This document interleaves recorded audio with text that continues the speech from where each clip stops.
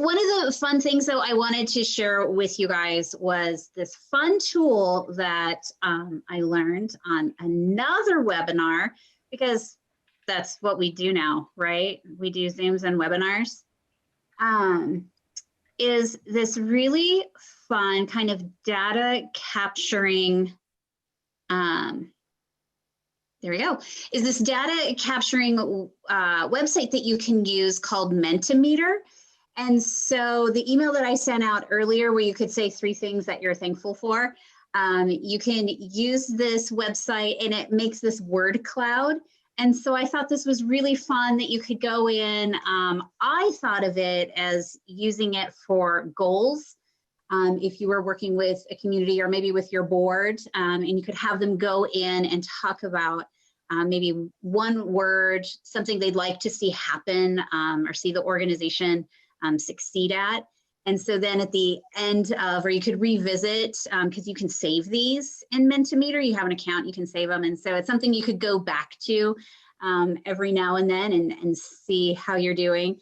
It captures it in live time. And so you can even bring it up at a meeting and plug in words. And so I thought this was a really fun tool that I just thought I would share real quickly with you guys. Might be useful in some of the work that you do. So for those of you that don't know me, my name is Rachel Morgan. I'm one of the program specialists at the Nebraska Arts Council. I'm so glad that you all are here.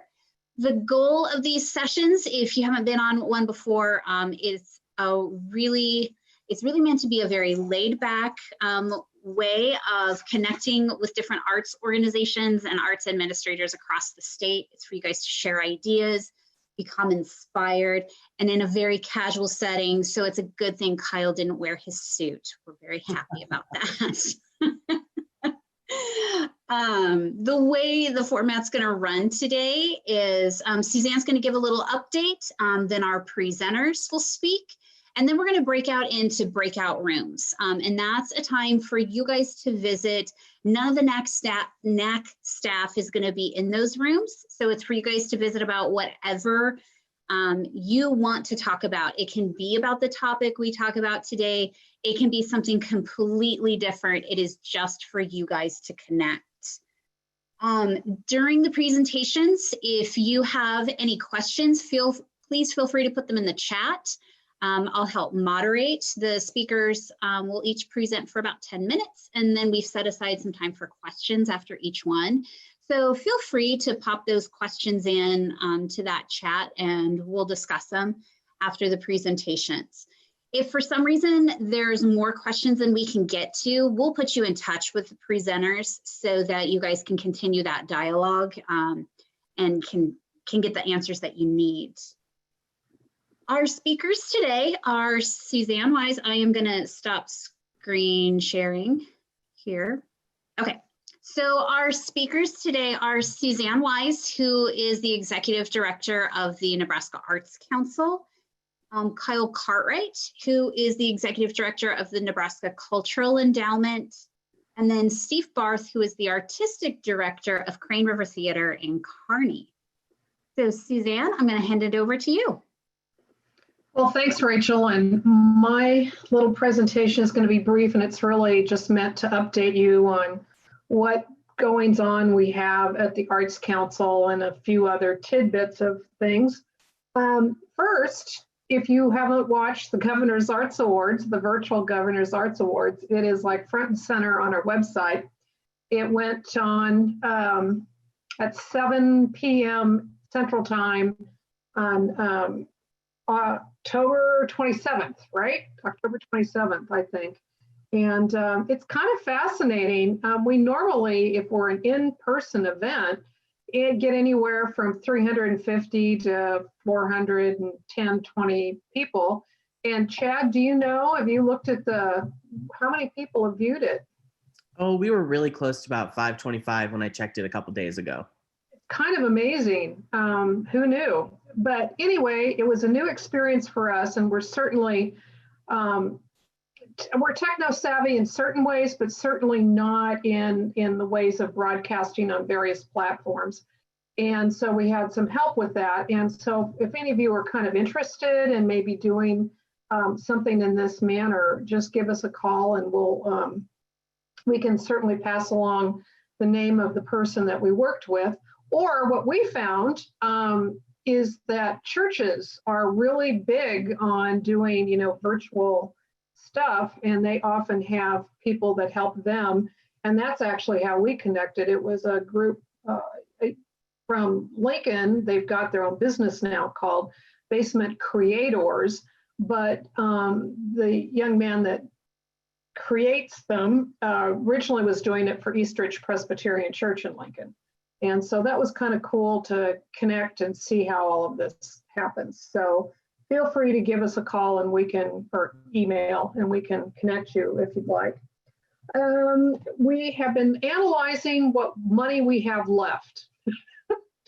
And it's not very much. It's a little tiny pot of money. And it's like, how are we going to spend it? Because clearly, especially with the way things are at this very moment with things being locked down again, it's really hard to project just exactly what we can provide to arts organizations in terms of programming.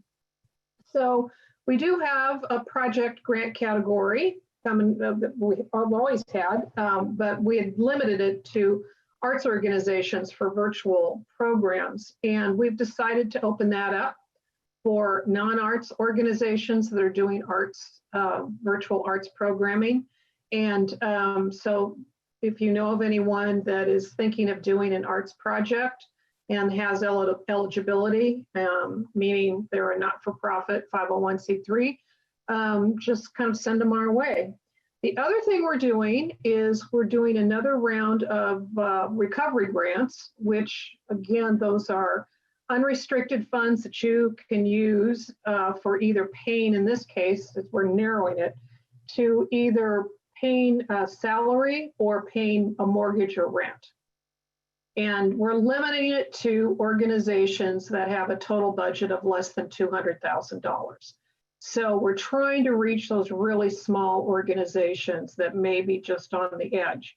So more on that later. We just worked out the details this morning, and we don't have anything posted on the website yet, but it is something that we feel can be useful for a really small organization, because to make the money spread, we're talking about a $2,000 grant. So if you're a larger organization, that may not be much to do anything with, but from some of our really small organizations, particularly in rural Nebraska, it may make a difference. So just so you know. Finally, on the national front, President-elect Biden has put in place an advisory council to ease the transition for the National Endowment for the Arts, National Endowment for Humanities, and the Institute of Library and Museum Services. That's the kind of triumvirate that get kind of a package funding from Congress, and also usually is in the president's budget, unless you're President Trump, in which case you put a big zero for all three of those. So that certainly is not going to be the case with President Biden. He's, I think, got lots of people that are urging him to pay good attention to arts and humanities and to the nation's culture, particularly as we hopefully transition this next year from pandemic to recovery. And I think there are a number of people that he has got on his advisory committee that are going to make that case very strongly. So just so you know, Biden is working on this. You can bet that we will probably see new agency heads, although the current agency head, Marianne Carter, who was appointed to that job by President Trump and really doesn't have a background in the arts, but she has proved to be really passionate about the NEA. And I will say,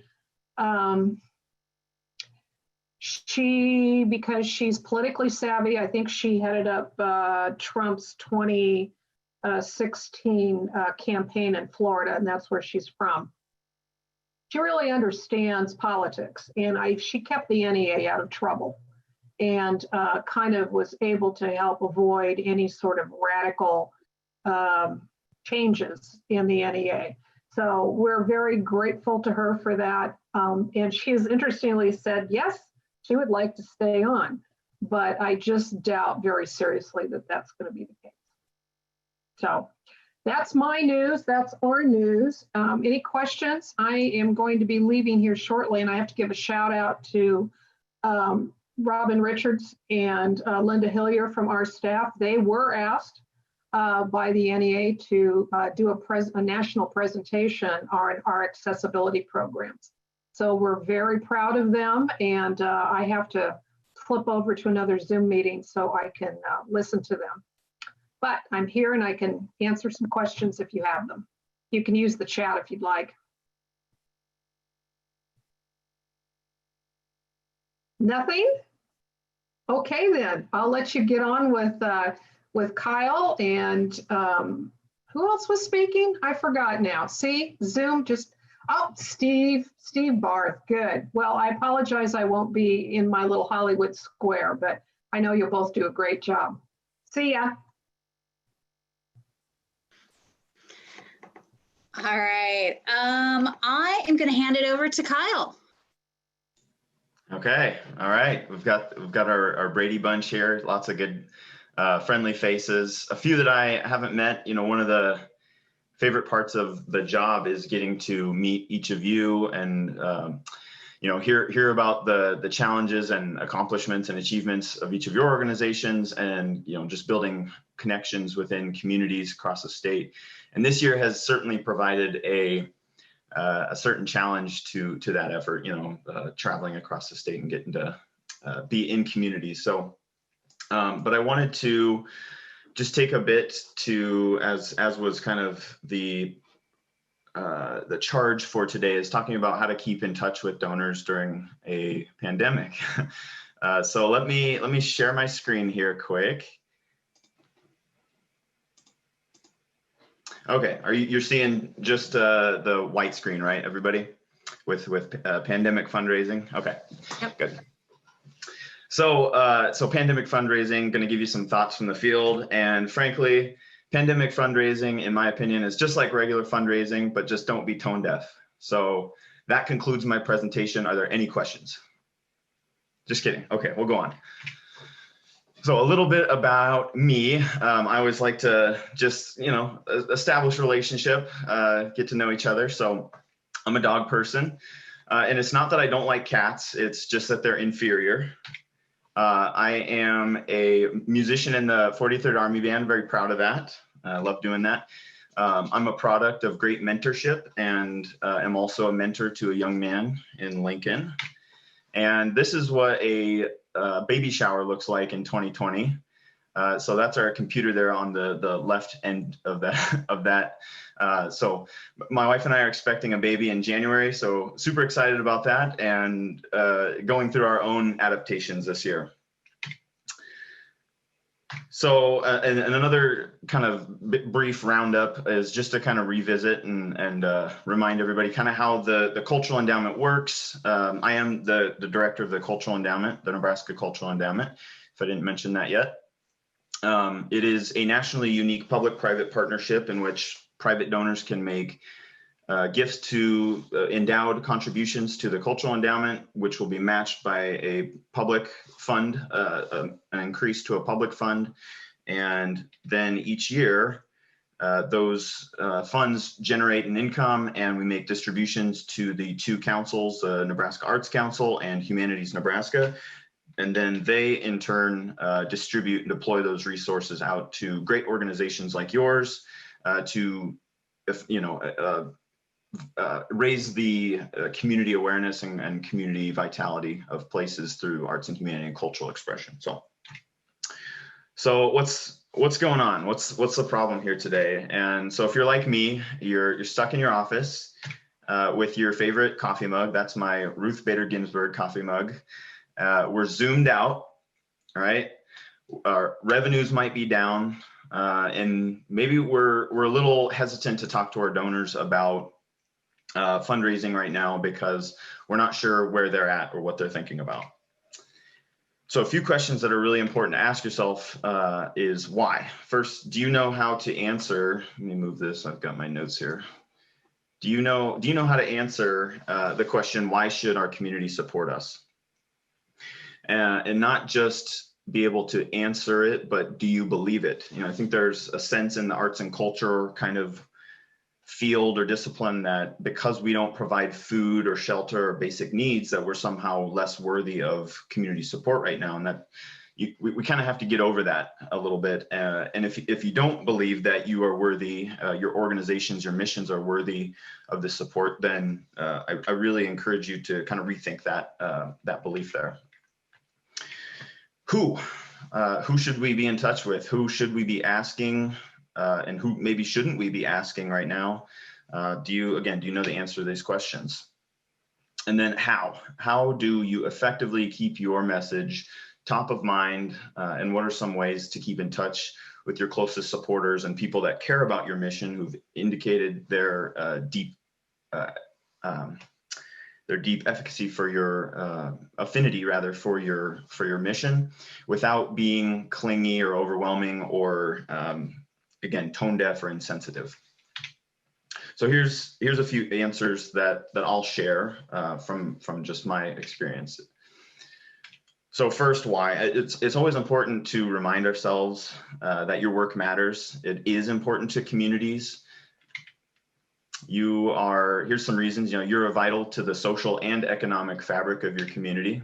Your mission binds people to a place, and in Nebraska, that is quite possibly the most key reason that the arts and humanities are important at all levels, is because we create a sense of place. You create social impact through your cultural expression. You're responsible for the livelihoods of good people who make good things happen. Again, this is not just a social impact that you have here, it's an economic impact. And I would argue that nourishment for the soul is just as important as nourishment for the body. A society without arts is one without meaning. And again, to reiterate, your work really does matter. So if this helps, repeat these things to yourself and remind yourself that you are worthy right now of asking for philanthropic support. So thinking about who should you be talking to? I will start by acknowledging that now may not be the best time to be generating new relationships. Certainly this time doesn't preclude you from doing so, but recognizing the finite resources that we're dealing with, it's really important to kind of focus in on who already cares, who's already shown their support for you in some way, shape or form. So that's your board, your staff at the core there, your current donors, members and patrons, community, and then thinking out beyond. Nebraska has this reputation, but certainly to many, it's the sense of community, the sense of the things that bind us here. And so that the collection of the whole, of which each of you are a part, is really important. So be thinking about who would stand to suffer if you weren't around. So again, who's already in your circle? And I always encourage folks that are able, if your database allows you, be really segmenting about how you're talking to people based on where they're at or what they mean to you. So if you're talking to board and staff, does your message reflect that to that stakeholder? If you're talking to your community, or rather to your donor, then you ought to acknowledge that they've been supportive to that effect.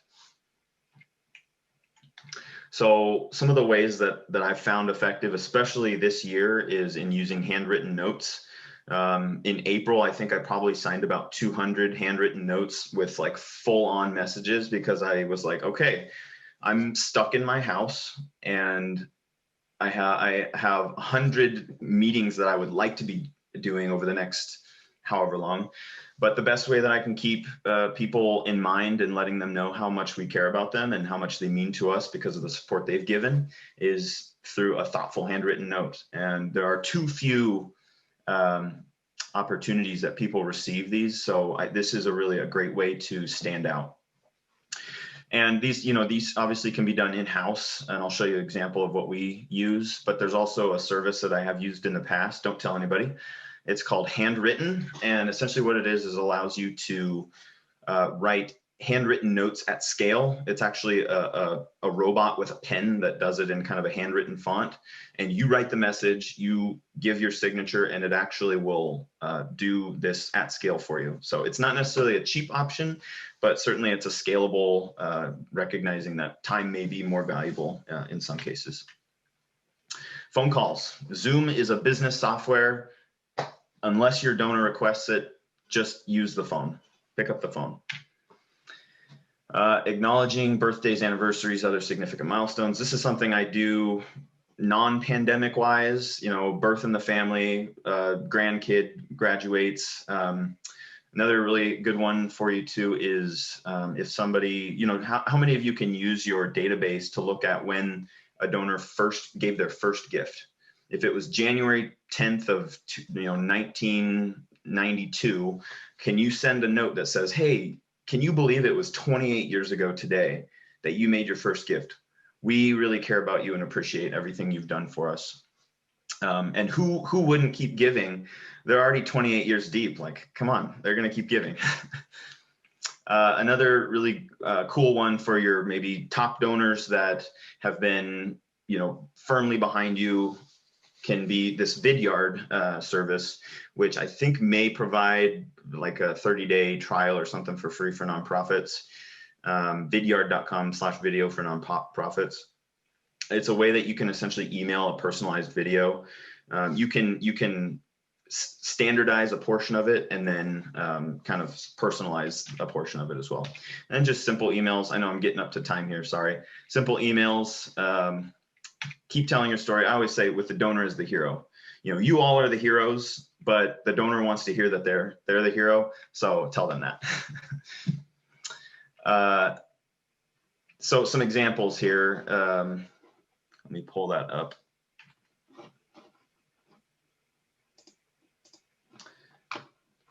Let's see here. So we just use really this great imagery from a lot of you actually who have helped to provide some of this. And then on the back, I just have a little space to write a handwritten note. Again, this is a nice way to send a nice conversation. We've done these magazines, so doing print communications to just keep telling the good stories. And again, these are all framed with the donor as the hero. And then hopefully many of you have been receiving these, which are our little email features as well. And I believe Billy, shout out to you there in our most recent one there.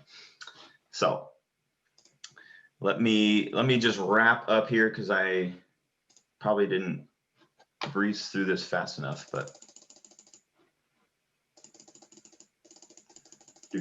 Kyle, you're fine. Don't stress about time. You're good. All right.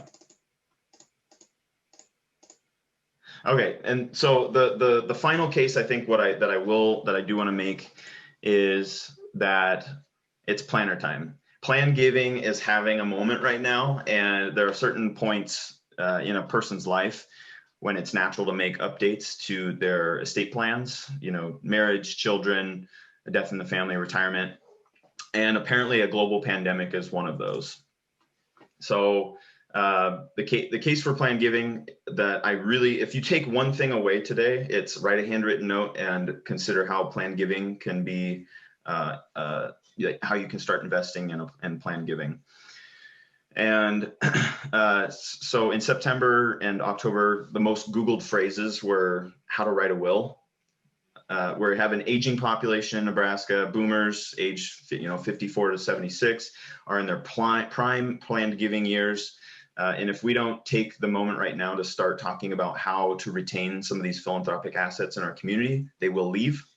And the other thing about planned giving is it's not the rich man's or the rich woman's philanthropy. It actually, what I like to call planned giving is the democratization of philanthropy.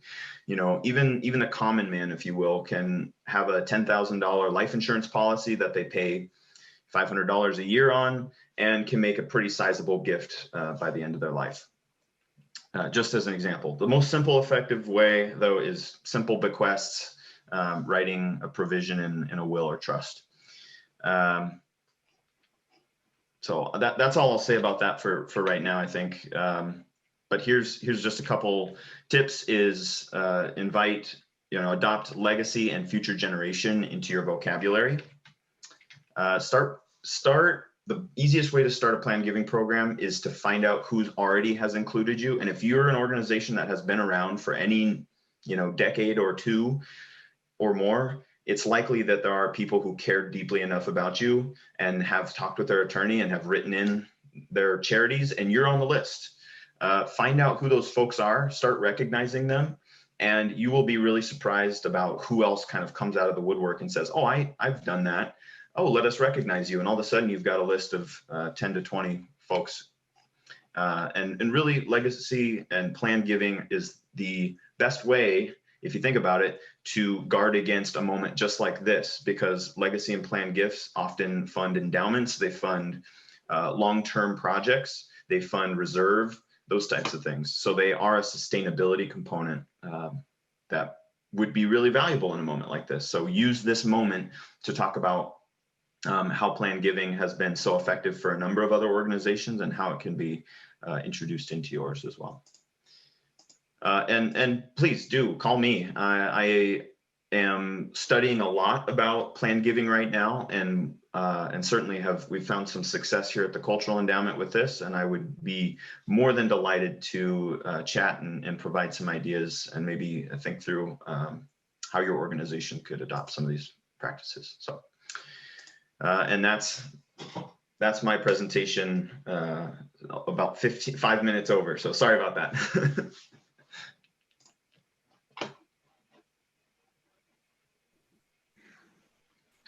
Are there questions for Kyle? One thing I would mention too, so I used to run a performing arts center in a small town in Greater Nebraska. And one resource we found really, really invaluable was our local community foundation.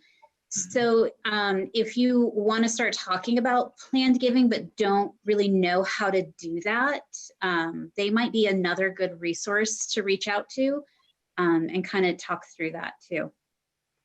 100%, yep. Oh. Sue here. Yeah, Sue, I'll type it into the chat.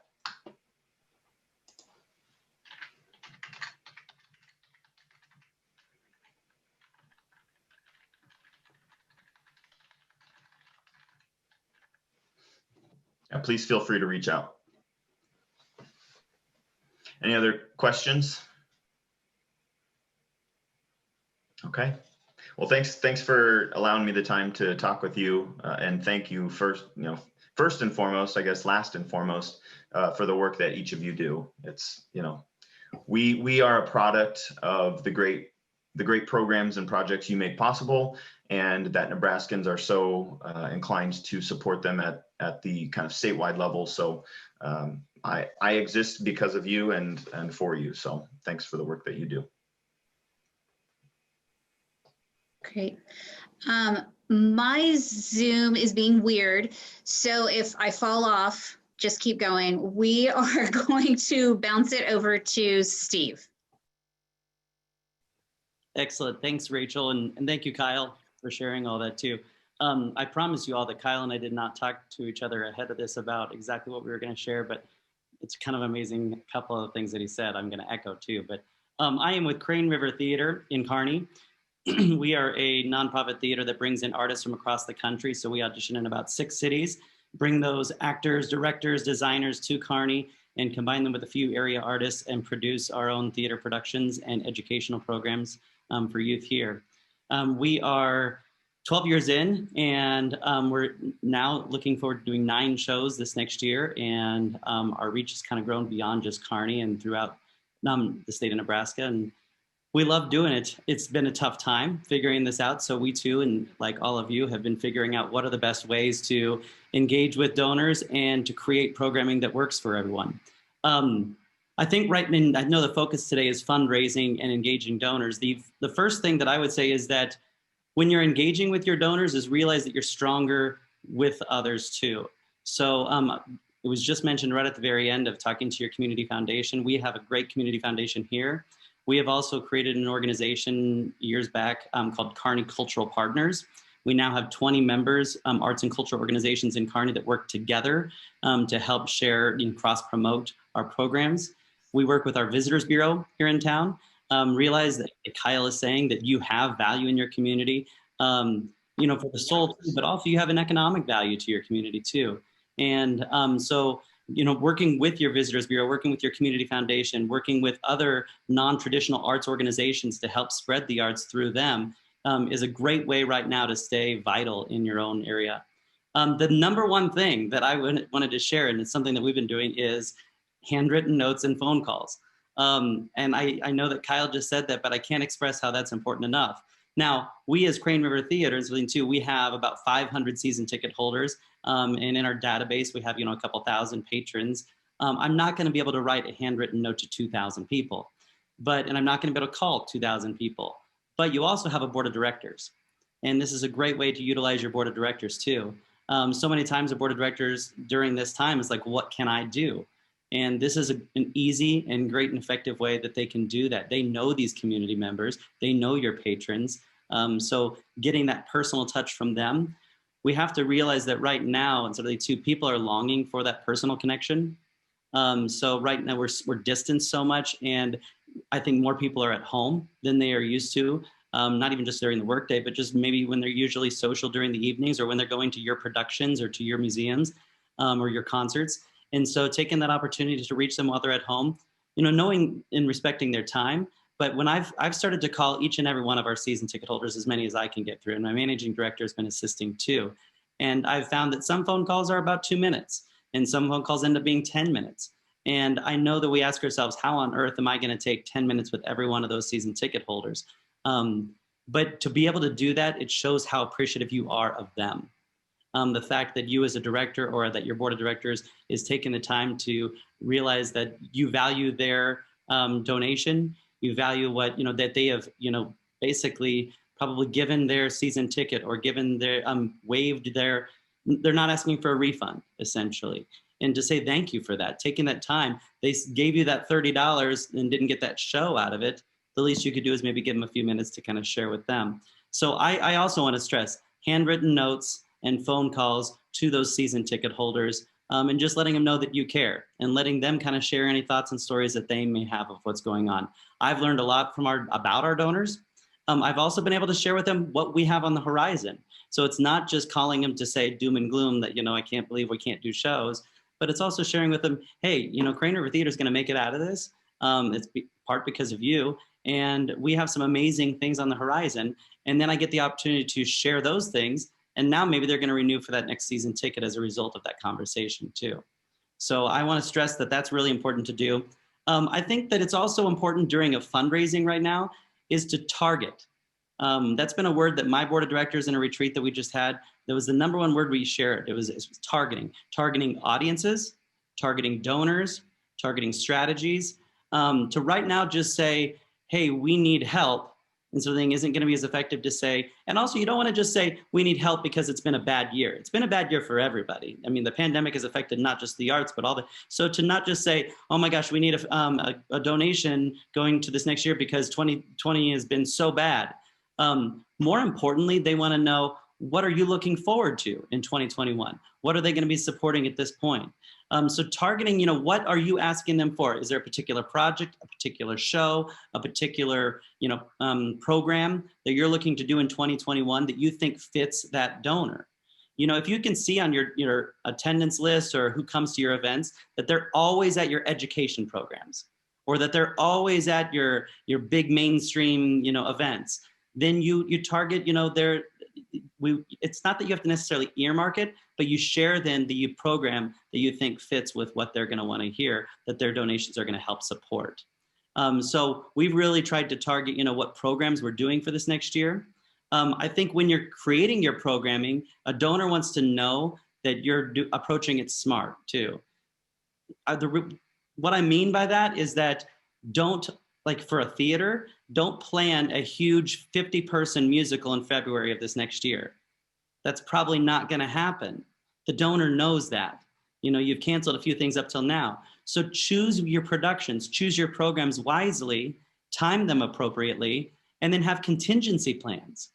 And so that way, as a donor, they know that when they're going to buy their ticket this time, or they're going to donate to you, that it's actually going to come to fruition. It's really important right now. They want to give a donation, but they also want to support things as opposed to just setting up, you guys for failure because they know you're going to have to cancel that show in February. So for us as Crane River Theater, what we've done I know Rachel asked me to share this too, we want to respect our donors that have stuck with us through 2020. So it's been really difficult because we had to cancel some shows. So do we say, okay, well, you can donate that, which is great. Or do we say then, you can use those funds toward your season ticket of 2021? Well, as soon as I do that, then I start to really have a shortfall in my season ticket sales for 2021. And so now I'm having a difficult time. So what we've opted to do is that we've done 7 shows. Well, we're doing 9 shows this next year. So what we're telling our season ticket holders of 2020, you're going to get 2 shows for free in 2021, which are those 2 additional shows. Now, what we've been able to do with those 2 additional shows is add on productions that have a lot of value and things that we've wanted to do as an organization, but haven't done that yet. So our first show that we're doing is a 1-woman show. We wouldn't typically put that in our season, but we're able to, and it's a 1-woman show that features an African-American woman that shares her story from Charlene Woodard called Pretty Fire about growing up in the South. So it has a value to an artist that we want to share her story, but it also has an ability where we can rehearse 1 actress more feasibly than 50 in that time frame. Also be smart by adding extra performances. I'm talking to the theaters and right now too, but add extra performances knowing in the beginning of the year, you may have to distance people still. So don't just stick to your regular format of I'm gonna do 3 performances of this musical, but maybe you're adding 6. Talk to the royalty companies. They may work with you. You can decrease the capacity of your venue, thereby the royalties stay the same by doing 6 as opposed to 3. We've met with our royalty companies. They've been very flexible with that.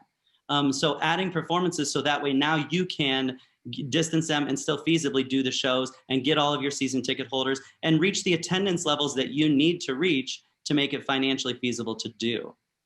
So I think it's really important to target your donors, target your programs, and target your fundraising as a whole. Another thing that we've been doing is this is a great opportunity.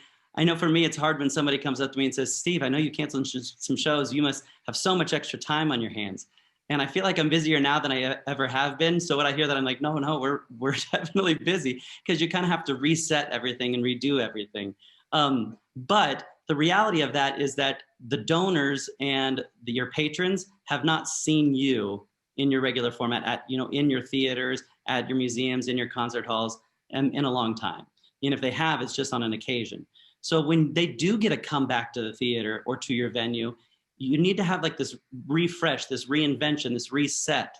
So that way you can gain those new viewers again. It's like you're opening for the first time. And I think we need to take that opportunity to really, have that be a kind of huge welcome back for our patrons and our donors.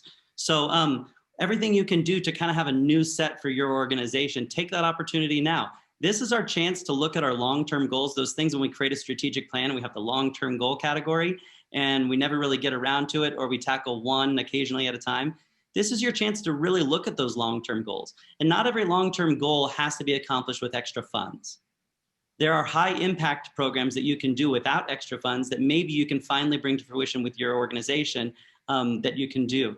We've started to really, one of our main goals was to how do we reach outside communities beyond Kearney? We have an audience base here, but how do we reach those surrounding communities? So we've really invested a lot of time and energy into strategies of how we can do that. We've already started planting seeds with those other organizations, working with libraries outside of Kearney with our education programs, working with other schools. So finding those demographics of people that you can start to foster relationships, even if it is over phone and Zoom. So that way, once you can start to do your programs, you can hit the ground rolling. You don't have to start creating the relationships once things get better. You can create relationships even through a pandemic. And so I think it's important to that's the planning you can continue to do right now.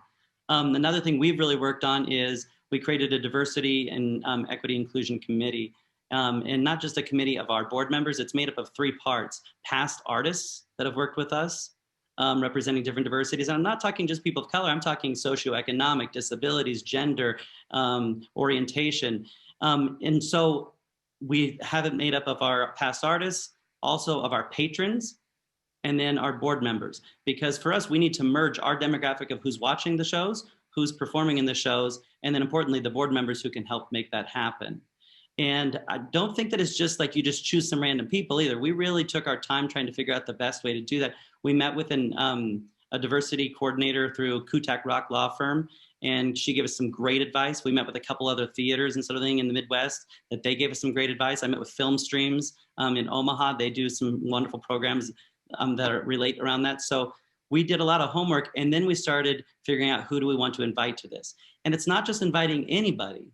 It's inviting somebody that you have a relationship with for their sake and your own. So that way their voice, they feel like is sharing with somebody that they know. And also you're not just asking somebody because they represent a quota of a person, you know? It's not just not representing them, it's allowing their stories to be brought forth. So from a theatrical standpoint, I'm not just trying to have people of color and people of diversity in my shows. I'm trying to elevate those stories of those playwrights and those artists and use them as directors too. I've learned a lot from this committee. This has been an awesome time, you know, with the pandemic for us to have these meetings, because you can use Zoom. You can meet with artists from across the country too. It doesn't have to be just people in your community because they don't have to attend the meeting in person. So using this opportunity to kind of reinvent your organization, accomplish those long-term goals that you've always had on your list that you want to tackle. Those are really the main things that I had. Crane River Theater, we actually are doing okay and getting through this, and we found some really unique ways to be able to do that. I think I can't stress enough what Rachel said, utilizing resources around you, the Arts Council, you know, Kyle, but then also like we've just joined Nonprofit Association of the Midlands. They've been extremely helpful for us in accomplishing many things that we wanted to do. Our community foundation, and then reaching out to your area, like your Visitors Bureau, your library, your YMCA. It's amazing how much they want to reach their people too, and you can do it together easier than alone. So use the people around you. That's it. Thanks, Steve. I love the idea of working with other organizations, not necessarily arts organizations, but other nonprofits in your community, because yeah, you're all trying to reach the same people, especially if you're in a small community. I think that's a great idea. Yeah. I do have a question, so I'm going to jump in before all of you do. Have you, either of you, have any experience with virtual donor events and how those have worked for you? I've seen them come across on my email, and I just wondered, how does that work? And is it worth it? Kyle, do you have an answer to that, or? I don't. We hold one event a year, and it's for our legacy donors, who not a maybe this is unfair, but not all are tech savvy. So we've not elected to do that virtually, but we've got some stewardship plans in that regard. I do know Humanities Nebraska hosted their governor's lecture in the humanities, and obviously Arts Council did the Governor's Arts Awards. So that's the only experiences I've seen, and probably couldn't give you much of the nuance around that. So we used a platform called StreamYard. We are co-producing a Dancing with the Stars event with the Rotary Clubs in Kearney, and it's a huge event that brings in thousands, you know, of people and such. And so we're introducing our dancers, and so we had a big kind of introductory party which we used StreamYard for, and it worked out really well. And I mean, we had, I think, 80 people that watched, you know, at that time, and then but another couple thousand that watched it when it was shared on, you know, social media platforms. We did just do, I will say, a board member retreat over Zoom. So for 4.5 hours, we had 17 board members. And I know it seems like, oh my gosh, And I think we all were dreading it a little bit. So I actually learned all these fun ways to do some things over Zoom. And it actually we probably learned more about each other in this format than we would just in an in-person one. I will say every board member said that, man, that was not nearly as long as I thought it was gonna be. And it was actually kind of fun. And that was probably a higher response than, the usual get together thing, because usually we have food that entices them at a board retreat. But so don't think that doesn't work. You just find unique ways to make it work. We actually probably accomplished more this way than we would in a regular way.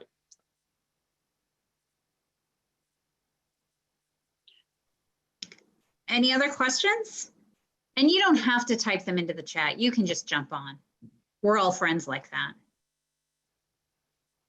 Steve, do you have examples of what you did to engage the board over that type of period? We had a board meeting last night on a capital campaign, and we're getting ready to do a strategic plan review in December, and I need to figure out how to engage people in a way. I'd love to see whatever you come up with. I'll do what Kyle did too. I'll put my phone number in there and call me, because we actually found some really great ways to connect with them visually, but then also connecting with them in breakouts. So I'd love to share those with you, especially from a theatrical standpoint. It helped a lot. Okay. I had a question. I'm on the phone, sorry. Yeah. I was just wondering, in our organization, we have clients, like people that are coming to participate in arts education. And then, of course, we have a smaller set of donors and stuff. Could you talk about, I know you talked a little bit about some, when the gentleman from Carney was talking, but about how we could ask some of our clients. Our motto is that we're affordable and accessible for everyone. So some of our clients might even be scholarship people. Do we select how we could, because they're essentially supporting our organization, they're our income, but I think that there's room to have them contribute more in terms of giving. Yeah, so the question is, how do you get those people to contribute more beyond just the programming, or? Yeah, so if we had a family that came to us to take violin class and ballet class, maybe they're not the most wealthy or whatever, but they paid their tuition, they came, but now they're on a list, and thousands of them. I'm not sure how to approach asking the people that are paying customers to come back again and give a donation, and if that makes sense. I got you. This is what I would say to that, and Kyle can chime in too, but I think it's one of those scenarios where, first and foremost, we can't assume that everybody is in the same financial position as each other.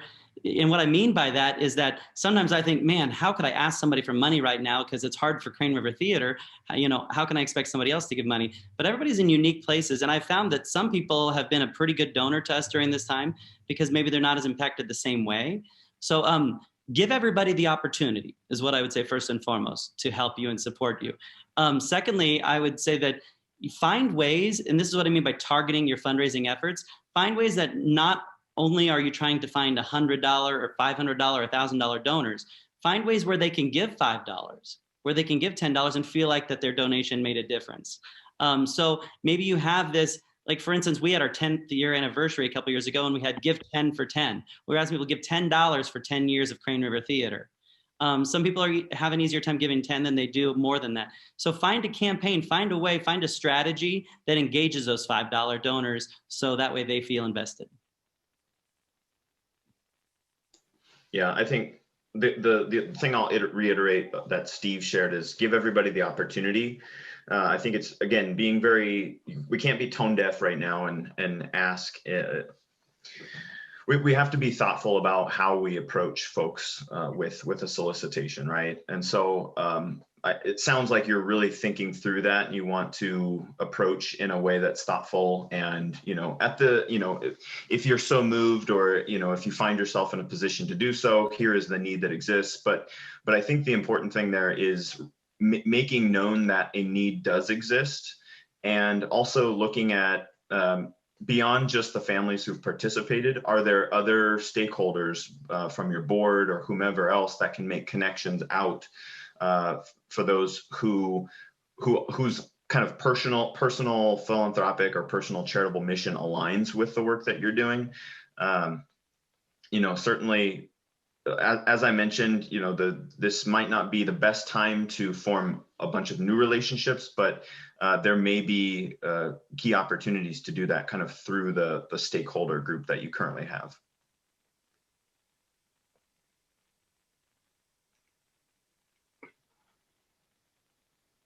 Great. Any other questions?